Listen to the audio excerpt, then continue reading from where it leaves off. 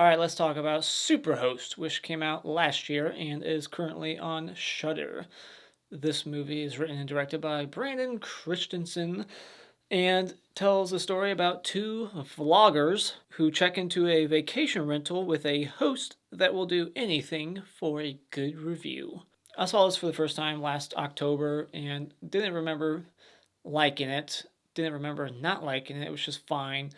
Rewatching it, have my thoughts gone up or down? Well, stick around and you shall find out. So, what I like about this movie is I like the ideas here. I like the premise of these two vloggers going to a vacation home and then finding out that the owner may or may not actually be the owner and is some crazy, wide eyed bitch with a weird laugh. And I found the performance from the actress playing Rebecca, if that's even really her name, to be amusing. I liked the faces that she was making. She makes a lot of crazy facial expressions. She's got these wild eyes and a creepy smile. She's full of energy, and she's just very entertaining on screen. She's batshit insane from the moment she is in frame. As soon as you see her, it's with a jump scare, of course, and she just never is not crazy throughout the picture.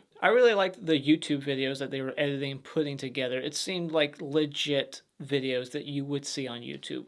The way they would edit words onto the screen, the way they would pop in, and the sound effects they were using. Like, they sound and look like legit YouTube videos that vloggers make. So I liked that, and I liked their chemistry together in those videos, but it's not real. Like, that's not how they actually are with each other. I like the explanation for why they stick around for longer than they should, because they establish their channel is suffering, they're losing subscribers daily. They feel like this crazy chick is going to spark a revival on their channel. They're going to get a bunch of subs and views because everyone's going to want to tune in to see this crazy lady. So they want to stick around despite all the weird shit that's going on. Like, they wake up and she's making them breakfast and broke into the house. She's not supposed to be there still. And they know that she has like all these cameras everywhere. She's listening and seeing them, but they're still there because it's for the channel. I thought the performances from the main two protagonists were fine. I liked the guy more than the girl. I thought his acting was a little better. He had a little bit more range than her, I felt. And also, I liked the cameo from Barbara Crampton, who is a popular scream queen who's been in all kinds of cult classics and just horror movies that I love, like Reanimator. So it was just cool to see her. Like, oh, it's Barbara Crampton. There was one scene where they kind of have this little twist and kind of like two twists back to back that I kind of liked. But then thinking about it further, I wish that they would have went in a different direction with that twist instead. And it would have made the movie better, in my opinion. And also what would have made this movie better and more interesting is if they somehow made it all found footage, or most of it found footage. I wish they would have adopted that style into the movie, like, throughout. Getting into what I don't like about this movie, I've said it time and time again, I don't like jump scares, and this movie has quite a few of them. With the stingers, loud noises, stop. And I'm sick of the whole cell phone service is bad out here trope. It's so annoying. Like, oh, there's no cell phone service, but yet we can keep uploading videos onto YouTube every day. But the biggest thing I don't like about this movie is our two protagonists. I think they're so dumb. They have no connection, no good chemistry. Like, I don't connect to these characters. I don't like them. So by the end, you're just rooting for them to die. I just find them to be such an unbelievable couple. I don't believe these two people would even be together for as long as they've been. They have been together for years, and I don't understand why, if she always is acting like this. She never seems nice in this movie once. From the beginning, she sets herself up as kind of a bitch, and you just hate her the entire time. She's always talking shit about others. Everything's just about the channel. She does not seem to give a shit about her boyfriend, ever. And lastly, this movie's just not scary in the slightest. It's not suspenseful. It tries a little too hard to be creepy at times.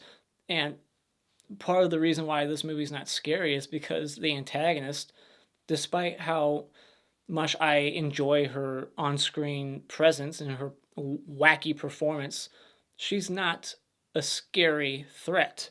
She's not a believable threat. You could easily tackle this woman down and kill her, but the writer lazily gave us two moronic protagonists who can't do shit to defend themselves. They don't ever try to like grab a weapon, or if they do, they choose a terrible weapon and wait way too long to finally decide to grab a weapon. They don't just run back to the car right away. They somehow get like turned around and run back to the house. They're making stupid decisions left and right, and you just want them dead. This woman, Rebecca, would be so easy to take down if they just worked together and charged the bitch, tackle her to the ground, get the little tiny knife out of her hand, and kill her. These two floggers are just so idiotic. It's frustrating. So final thoughts, this is a horror movie that had potential with its premise and some of its ideas, but it's the execution of those ideas that's the issue here. It fails to be scary, and it fails to make me care about these two protagonists, and the writing just suffers from lack of believability and tired, contrived tropes that are just aggravating. So when it comes to Superhost, I was at a 2.5, but I'm going down to a 2 out of 5 stars. All right, quick spoiler discussion. Not much to add here. So we got these two vloggers. They got over 132,000 subscribers, and there's one moment where they see Rebecca in the distance, or just the one guy does, and her eyes are glowing. They never explain how she managed to make her eyes glow. Why were her eyes glowing out there? It didn't make sense. There's a moment that's straight out of Paranormal Activity. She's just standing by their bed, watching them sleep, and then even the music that's playing is straight out of Paranormal Activity.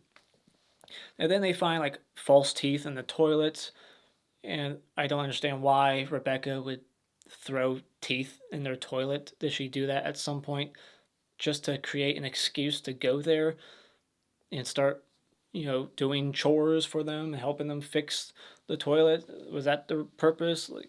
As if she really needs to go through that and create excuses to go there. She can just go in whenever she wants and kill them.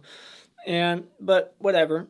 So yeah, Barbara Crampton shows up and throws a rock at the window, a little jump scare that kind of got me. And then there's this little twist where you think for a moment that maybe Rebecca wasn't crazy the whole time and that she was just kind of putting on a performance, working with Barbara Crampton's character, Vera, to scare the shit out of them, to, do this prank on them. But then there's a second twist, and it's like, nope, Rebecca really is crazy, and she stabs Barbara Crampton up through her neck and out her eye, like right below her eye. Looked a little CG-ish. And so then after that happens, they run and get lost and then get to the house and don't go to the car.